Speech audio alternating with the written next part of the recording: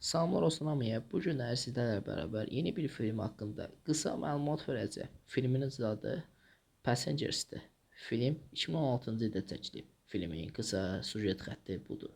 Uzaq bir planetdə gedən kosmik gəmidə minlərlə sərnişin süni yuxuda olur.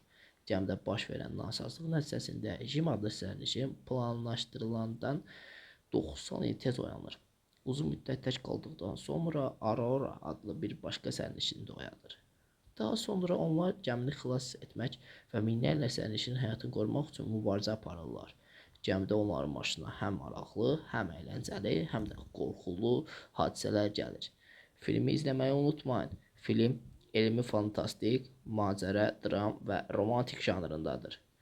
Bəli, filmə mən də baxmışam. Film maraqlı filmdir və sizin də izləməyinizi tövsiyə edirəm. İndi isə sağ olun, salamat qalın. Bir sonraki videolarda görüşene kadar.